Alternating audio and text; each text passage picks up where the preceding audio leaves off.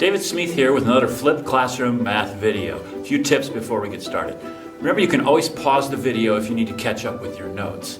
You can also speed up or slow down the playback if that helps. Finally, you can turn on the captions so you can see my words going by at the bottom of your screen. Today's topic, dilations. Dilations are enlargements and reductions.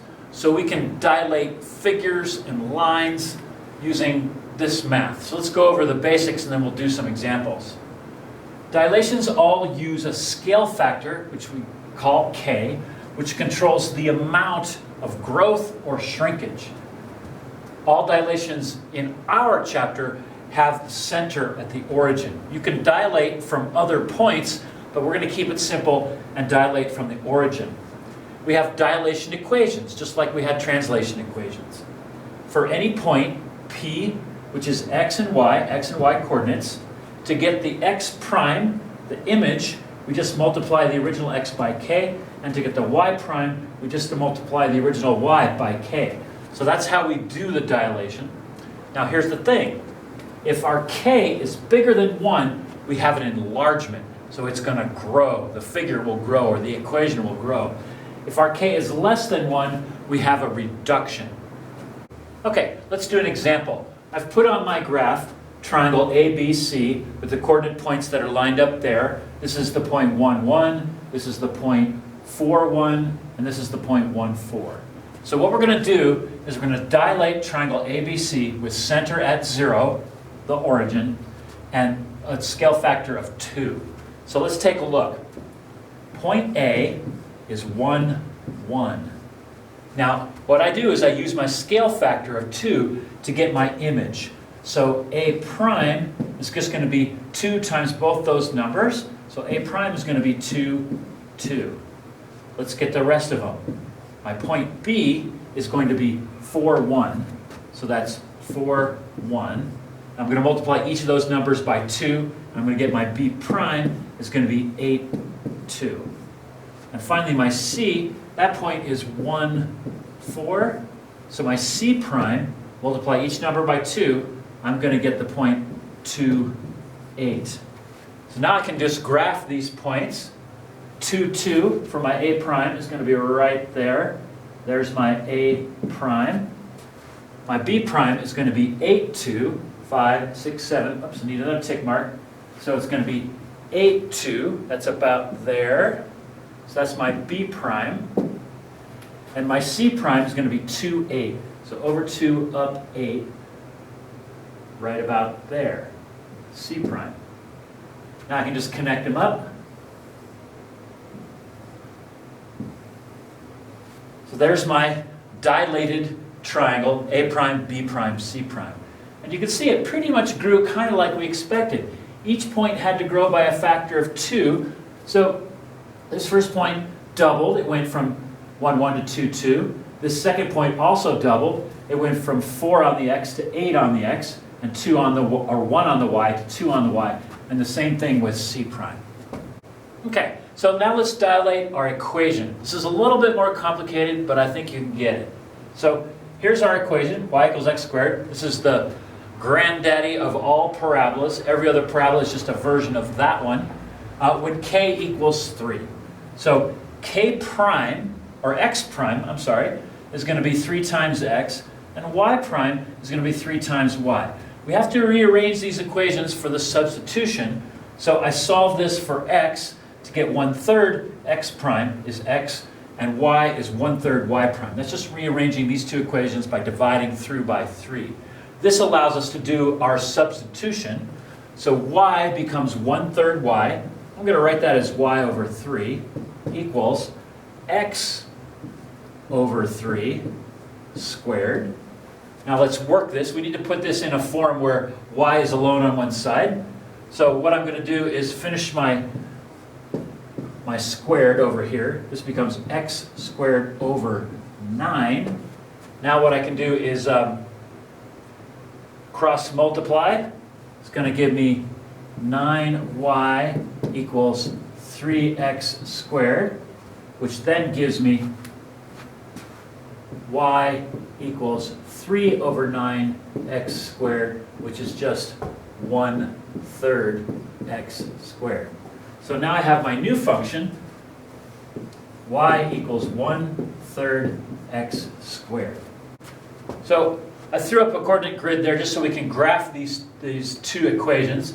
Y equals x squared. This is just the basic parabola, like that. And I'm going to point out these two important points. Y equals x squared goes, the vertex is right at the origin, and this first point is always 1, 1. It's always 1 over and 1 up.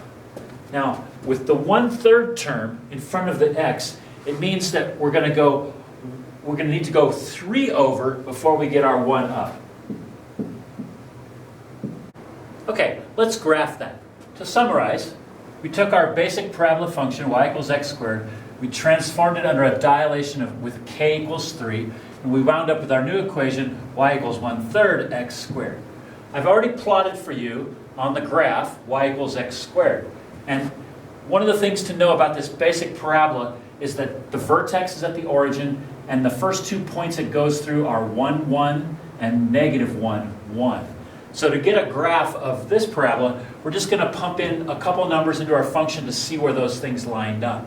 So when x is 2, what's y going to be? Y is going to be equal to 1/3 times 2 squared, which is 1/3 of 4, which is going to end up being 4 over 3. And how about when x is -2? You know from the axis of symmetry that this is still going to wind up being the same point as that one. But let's do the math. Y equals 1/3 times -2 squared. -2 squared is 4 times 1/3, again, is 4/3. So we have 2 points. We have this one, which is 2 4/3, and we have this one, which is -2 4/3. So let's graph these points. The first one, 2 4/3. 4/3 is 1 and 1/3, so it's kind of out there. And then -2 4/3, same thing, about there. So this graph looks like this.